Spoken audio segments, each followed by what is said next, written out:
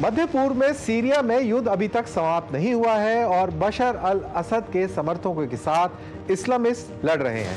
Syria के बनियास gas power plant में लड़ाई हुई जिसमें कई सारे लोग मारे गए।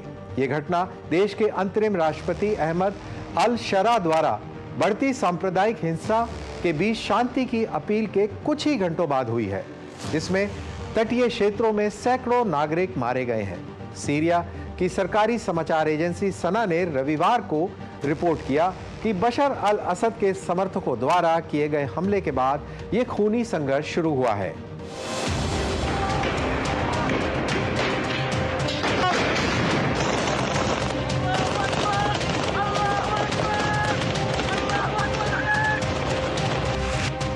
सीरियाई सुरक्षा बलों पर आरोप है कि उन्होंने एलेवाइट अल्पसंख्यक समुदाय के सैकड़ों नागरिकों की हत्या कर दी है।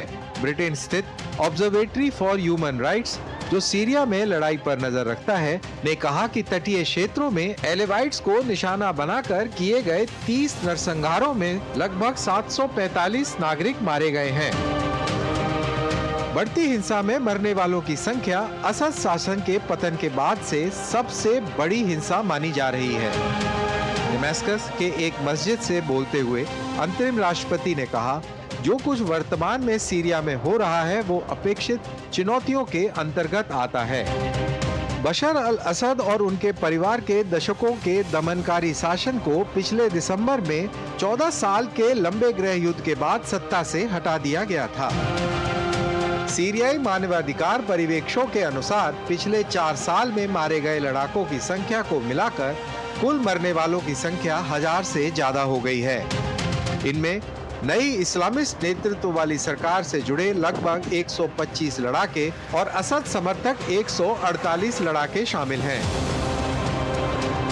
हाल के दिनों में हुई हिंसा तटीय क्षेत्र में सरकारी बलों के घात लगाकर किए गए हमले के बाद भड़की थी। समाचार एजेंसी सना की रिपोर्ट के अनुसार सीरियाई रक्षा मंत्रालय के प्रवक्ता ने इसे अपनी सुरक्षा कर्मियों के खिलाफ विश्वासघाती हमला बताया। इसके बाद ये असद समर्थकों और सरकारी बलों के बीच संघर्ष की लहर में बदल गया। रिपोर्ट्स के अनुसार लड़ाई के बीच सैकड़ों नागरिकों ने तटीय प्रांत लतकिया और तारतूस से अपने घरों को छोड़ दिया है। अपदस्थ राष्ट्रपति बशर अल असद भी इसी अलावाइट समुदाय से संबंधित थे।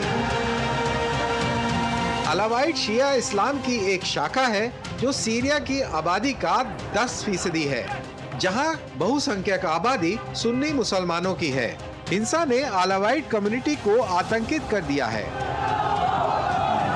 समाचार एजेंसी रॉयटर्स के अनुसार बड़ी संख्या में लोग लतकिया और हेमिम में स्थित एक रूसी सैन्य अड्डे पर शरण ले रहे हैं। रॉयटर्स द्वारा साझा किए गए वीडियो फुटेज में दर्जनों लोग बेस के बाहर पीपल वांट रशियन प्रोटेक्शन के नारे लगाते हुए दिखाई दिए।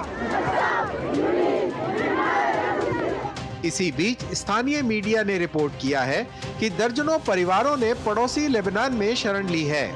सीरिया के लिए संयुक्त राष्ट्र के विशेष दूत गैर पेडरसन ने कहा कि वह सीरिया के तटीय क्षेत्रों में नागरिकों के हताहत होने की चिंताजनक रिपोर्ट से बहुत चिंतित हैं। उन्होंने सभी पक्षों से अपील की कि वह ऐसी गतिविधियों से बचें जो देश को अस्थिरता की ओर ले जा सकती है और विश्वसनीय और समावेशी राजनीतिक परिवर्तन को खतरे में डाल सकती है।